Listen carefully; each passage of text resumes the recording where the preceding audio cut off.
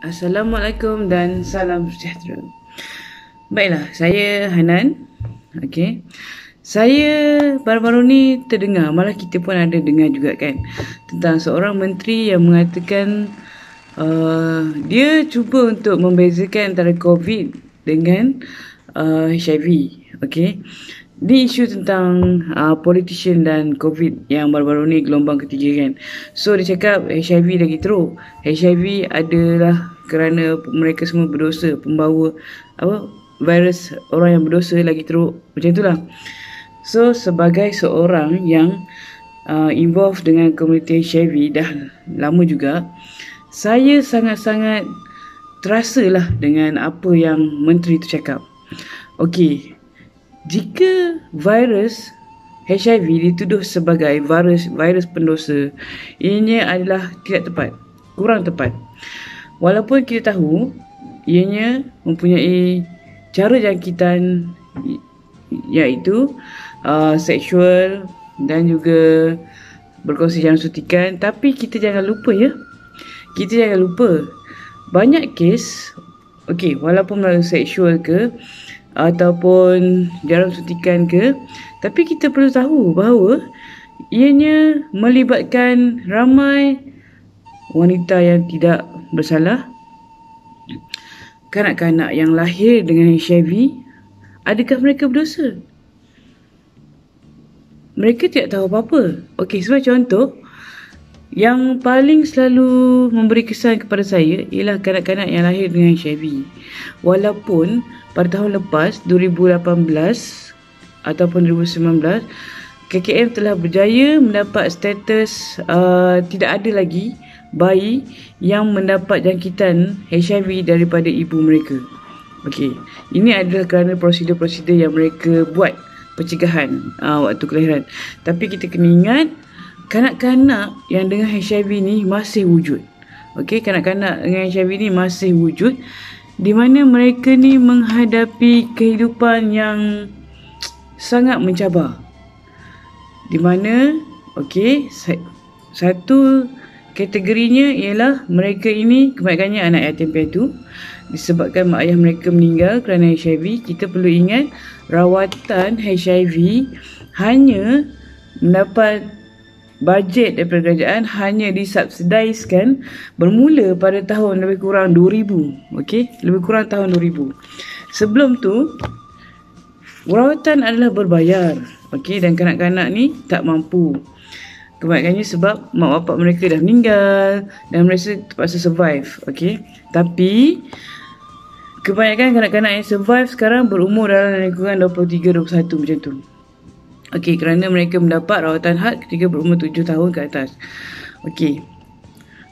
Sudahlah mereka menghadapi kehidupan yang mencabar. Dengan mak ayah meninggal, kemudian dipas-pas kepada penjaga-penjaga yang kadang-kadang tidak tahu pun tentang rawatan ni, dan mereka terpaksa hidup dalam keadaan bernasib baik dengan tak bernasib baik. Kalau mereka bernasib baik, mereka akan dijaga oleh penjaga yang tahu tentang rawatan had dan mereka mendapat kehidupan yang baik. Itu pun jika mereka dapat konsisten dengan rawatan. Ubat had ni kita kena makan sekali sehari ataupun 2 kali sehari. Dan ubat-ubat tu memang dan ubat-ubat tu ada yang besar. Ikut line lah. So kanak-kanak ni kadang-kadang mereka tak boleh nak makan ubat macam tu. So bila mereka tak boleh makan ubat macam tu, mereka gagal dalam rawatan. Sudahlah ada yang tidak nasib baik, tidak mendapat sokongan yang kuat, ataupun penjaga mereka tak tegas dalam ubat dan gagal, dan akhirnya mereka pergi dengan AIDS. Ada yang hidup sehingga remaja tetapi dia punya keadaan fizikal dia dengan kurus, dengan sebab mereka rawatan mereka tak betul. Dan mereka mendapat cabaran. Bayangkan kanak-kanak ni pergi sekolah. Pergi sekolah. Ada yang satu kampung tahu yang dia ni HIV. So bayangkan mereka pergi sekolah, anak-anak ejek. Adakah mereka berdosa sebenarnya? Tak.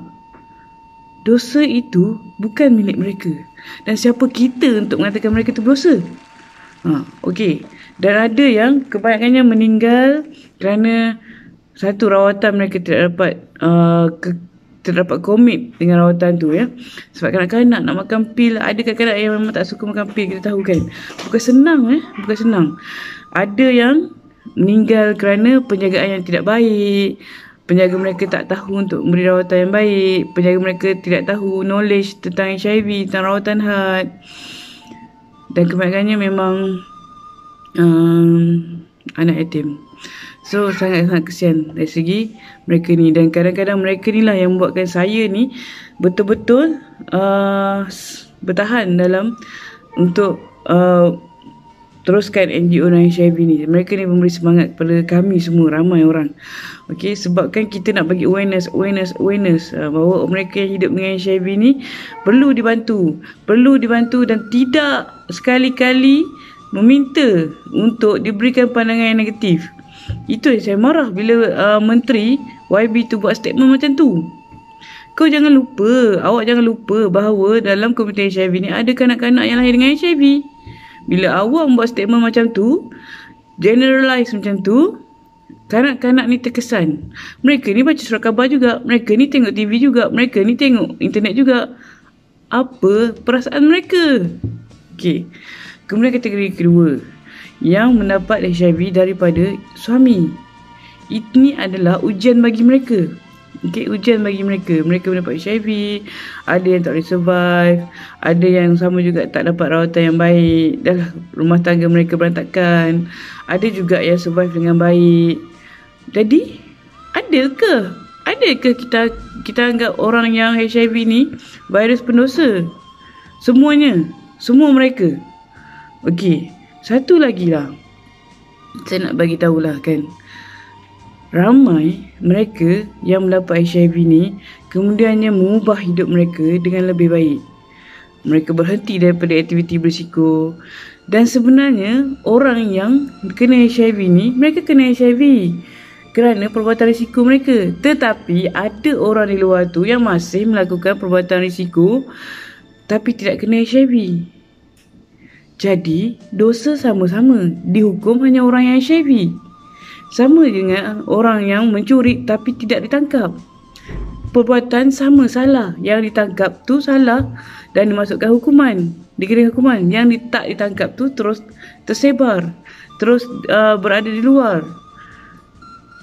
Kita ni bukannya sesiapa untuk menghukum orang. Okey? Kita ni bukan sesiapa untuk menghukum orang. Kita perlu ingat yang HIV ni hanya satu virus. Dan sebenarnya HIV ni menguji orang-orang yang bukan HIV juga.